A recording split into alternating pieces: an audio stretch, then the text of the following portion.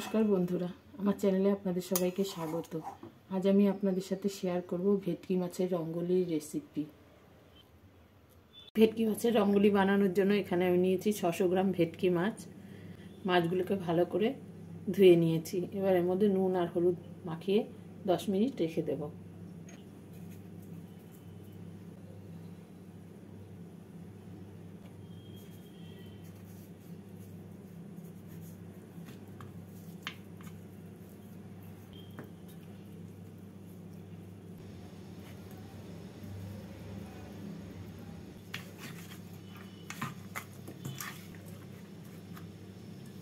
সিঞ্জারে নিয়ে নেব কিছুটা ধনেপাতা।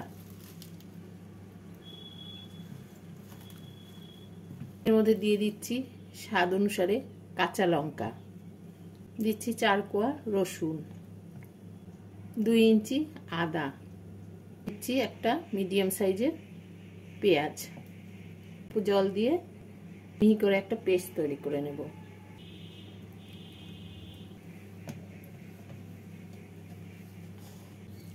এইভাবে একটা পেস্ট তৈরি করে নিলাম। গ্যাসে কড়াই বসিয়ে কড়াইতে দিয়ে দেবো সর্ষের তেল। তেলটাকে ভালো করে গরম করে নিয়ে মাছগুলোকে ভেজে তুলে নেব।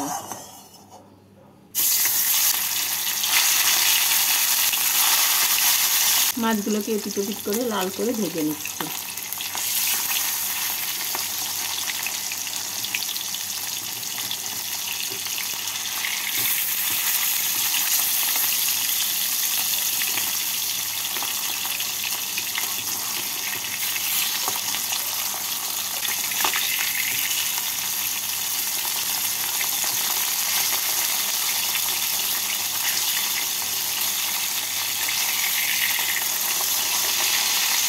মাছগুলো ভাজা হয়ে গেছে, তুলে নেব।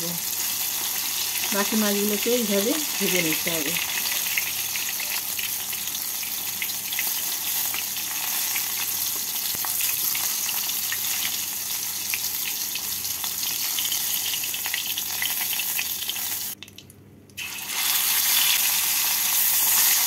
মাছগুলোকে ভেজে তুলে নেওয়ার পর যে তেলটা আছে সেই তেলের মধ্যে আমি দিয়ে দিচ্ছি আরও 1 টেবিল চামচ সর্ষের তেল। তেলটা গরম হয়ে গেছে।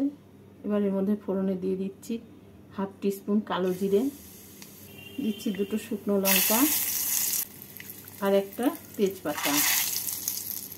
ফোড়নটা হয়ে গেছে। এবার এর মধ্যে আমি দিয়ে দেব একটা মিডিয়াম সাইজের কুচনো টমেটো। টমেটোটাকে তেলের মধ্যে নাড়াচাড়া করে নেব। টমেটোটাকে তেলের মধ্যে নাড়াচাড়া করে নিলাম। এবার এর মধ্যে দিয়ে দিচ্ছি বেটে রাখা মশলা।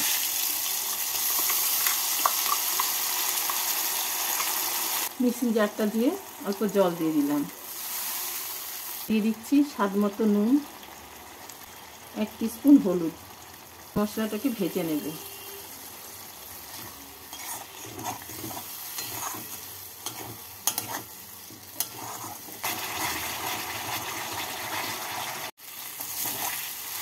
মশলাটাকে ভালো করে ভেজে নিলাম। এবার এর মধ্যে আমি দিয়ে দেবো 2 টেবিল চামচ ফেটানো টক দই। দইয়ের বাটিটা দিয়ে অল্প জল দিয়ে দেবো। এবার দইটাকে 1 মিনিটের মতো মশলার সাথে ভেজে নিচ্ছি।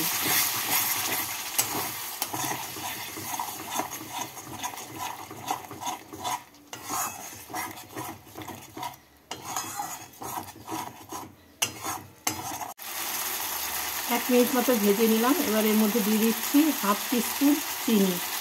যেহেতু দই আছে সেজন্য স্বাদটাকে ব্যালেন্স করার জন্য চিনিটা দিলাম। এবার চিনিটাকে ভালো করে মিশিয়ে নেব। চিনি দিয়ে ভালো করে মিশিয়ে নিলাম। এবার এর মধ্যে আমি দিয়ে দেবো 1 কাপ গরম জল।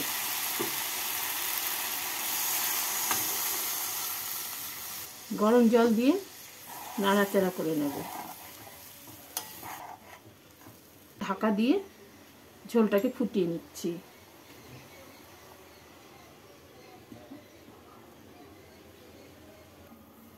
এবার ঢাকা খুলে এর মধ্যে ভেজে রাখা মাছগুলোকে দিয়ে দেব।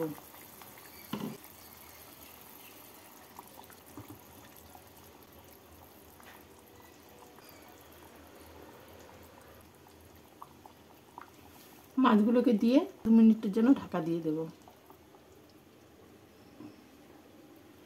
রান্নাটা হয়ে গেছে, এবার গ্যাসটাকে বন্ধ করে নামিয়ে নিলেই তৈরি হয়ে যাবে ভেটকি মাছের রঙ্গোলি।